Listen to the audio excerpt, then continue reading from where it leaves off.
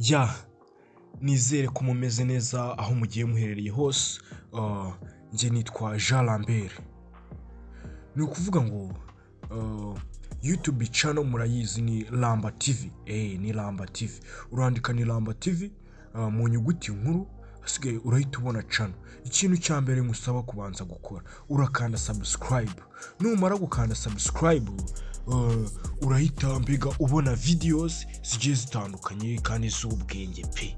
Nurangiza kubona videos urazikunda cyangwa se mbega urakanda like. Numara gukanda like, ukande share mbega uzisangize inshuti zawe mbega ni ibintu byumvikana.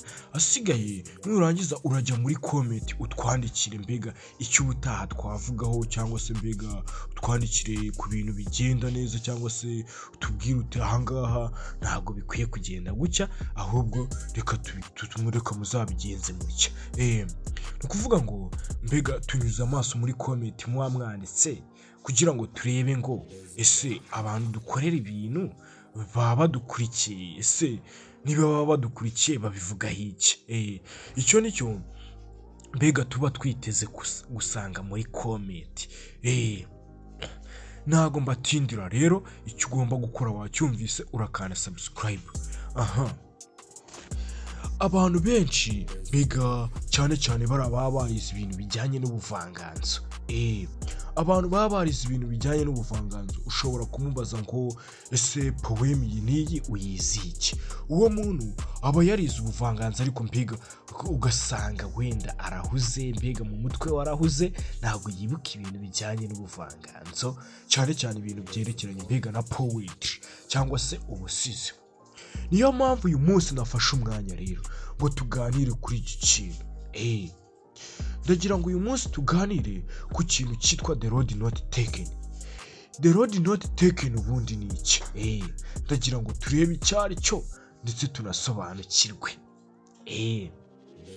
Ariko hagati aho ndagira ngo duhere kuri uyu mugabo witwa Robert Frost. Robert Frost mbega uyu mugabo niwe waje kwandika iyi poem mbega yitwa the road not taken. Nizere ko muri gusobanukirwa gatanu, kandi mbibutsa ko izi ni inyigisho ziba zigenewe cyane bari abana mbega bakiri muri secondary, bakiri kubikurikirana mbega kugira ngo bizagende neza. Ni ukuvuga ngo mba nabateguriye, niyo mpamvu namwe mwese mukomeje kunega amatwi mugomba gukanda subscribe kugira ngo nyine mumfashe, kugira ngo nyine nere imbere pe, ngomeze kubahereza ibyo mukeneye byose. Twagiye rero. Robert Frost ni umugabo w'umunyamerika mbega ni American poet cyangwa se umusizi wa Amerika. Uyu mugabo Robert Frost yavutse mu kwezi kwa gatatu ku itariki 26 mu 1874, avukira ahitwa California muri Leta Zunze Ubumwe za Amerika. Uyu mugabo yaje kwitaba Imana mu kwezi kwa mbere ku itariki 29 mu 1963. Abantu muzi imibare ubwo mwamaze kubyumva, yapfuye afite imyaka 88 y'amavuko. Ni ibintu byumvikana. Yaje gupfira ahitwa muri Massachusetts muri mbega muri United States of America. Mbega ni ibintu byumvikana, muri Boston, Massachusetts niho yapfiriye. Aho murahazi cyane. Uyu mugabo Robert Frost mbega ni umugabo wize, mbega ni umugabo wari ufite mbega amashuri, ndetse amashuri anahambaye. Uyu mugabo yize muri kaminuza ya Harvard University, murayizi mbega hariya. Yagize guhera mu mwaka w'1897 kugeza mu mwaka w'1899. High school ye yayize muri Lawrence mbega niyo high school yizemo, no muri Dartmouth College aho naho yizeyo. Uyu mugabo rero yaje kwandika poem ayita the road not taken, akaba ariyo tugiye kurebaho maginga yangaya. Mbasaba kugomeza gukurikirana iyi video kugeza igihe irarangirira kugira ngo mbega mumenye ngo ni ibiki biri muri iyi poem. Iyi poem iri mu tuntu tw'ubwenge pe. the road not taken, ni ukuvuga ngo mu kinyarwanda mbega yashakaga kuvuga ngo ni umuhanda utarafashwe, umuhanda utaranyuzwemo, mu magambo make umuhanda utaranyuzwemo.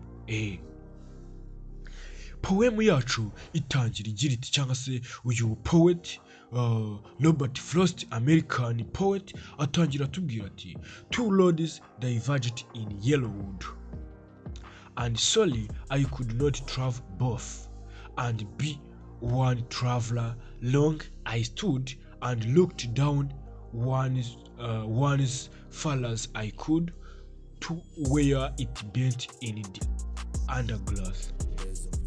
Uyu mugabo atangira atubwira ati mbega ni imihanda ibiri, ariko iyo mihanda mbega isobekeranye iri mu ishyamba. Noneho iryo shyamba mbega ya mashyamba yera imbuto mbega, cyangwa se iraba mbega ibirabyo mbega by'umuhondo, niyo bita Yellowwood.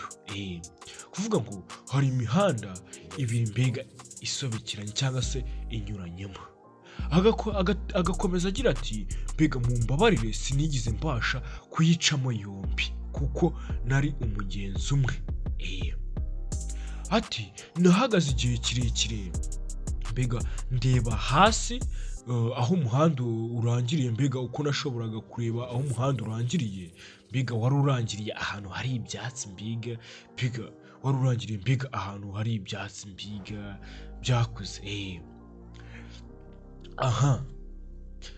Uyu mugabo agakomeza atubwira ati then took the other, ubwo rero mbega nafashe undi muhanda as just as fair, kuko mbega byari byemeye kuba nafata undi and having perhaps the better claim.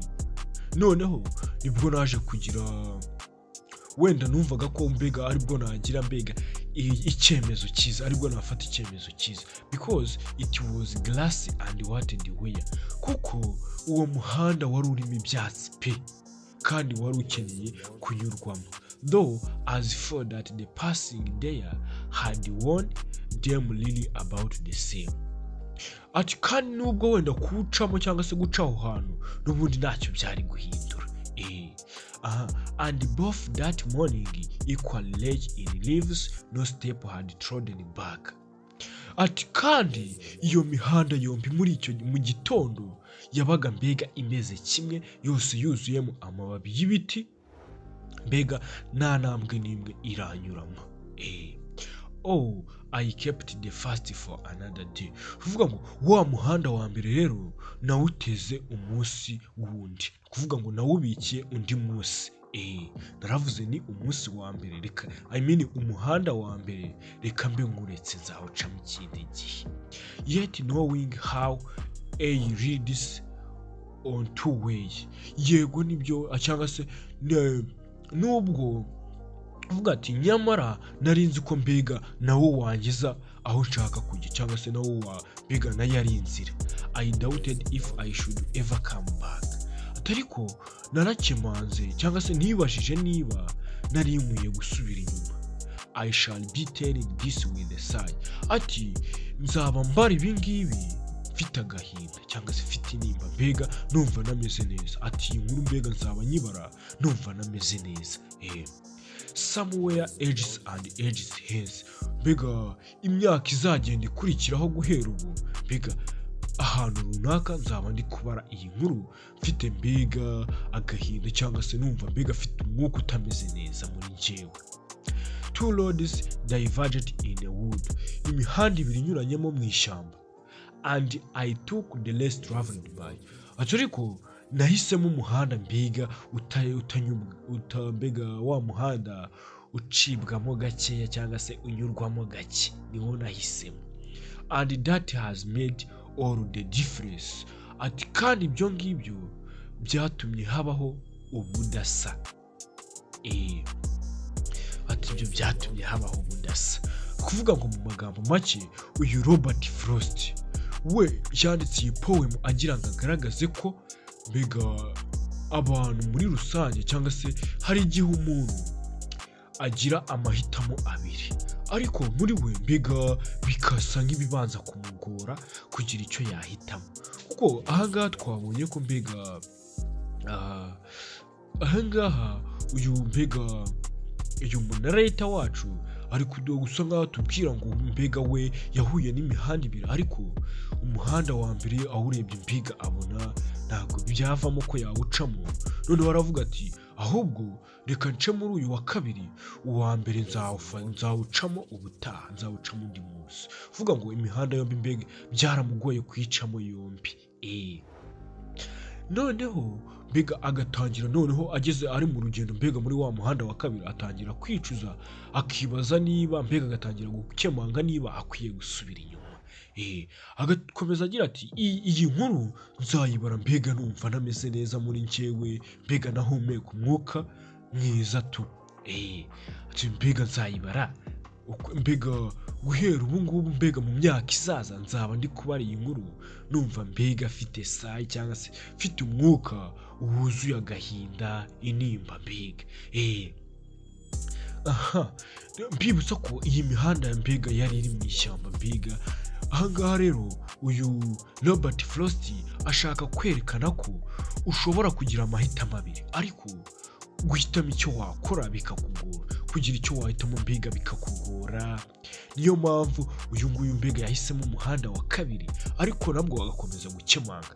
Ni hahandi uhitamo ikintu wari ufite ibintu bibiri, none icyo kintu wagihitamo ugatangira mbega kwicuza, ati se nyireke mfate cya kindi nasize, ariko ntibigushobokere, ahubwo ukavuga uti nzaba ndeba uko bizagenda. Rero ubu yari Robert Frost. Mbibutsa gukanda subscribe ni Ramba TV, noneho hanyuma dukomeze mbega kugenda dusobanura n'ibintu mbega bigiye bitandukanye. Poem zo ngiye kuzibazanira zibarenge pe. Abanyeshuri mbega mukoresha kuri bagenzi banyu. Ikindi mbibutsa, murabona ko mbega izi poem ziba zigiye zifite ibibazo. Mwebwe icyo mugiye gukora ni iki? Urandika muri comment, wandike mbega ati iki kibazo mbega ni gute twagisubiza kuri iyi poem. Mwandika urutonde rw'ibibazo, hanyuma ubutaha noneho nzajye ngaruka nyine ndi kubisubiza mbega tuza mbega tunatwika. Rero reka duhagarikira ahangaha mbega iyi poem, hasigaye mbararikire mbega gukurikirana izindi poem zose ngiye kuzana. Ngiye kuzibazanira mbega nyinshi pe. Mwebwe icyo musaba ni ugukurikirana, niba uri mushya kuri iyi channel ugakanda subscribe, hanyuma ugakomeza mbega gukurikirana ibiganiro ngenda nyuzaho ndetse n'amasomo agiye atandukanye. Ntacyo nazabazanira rega.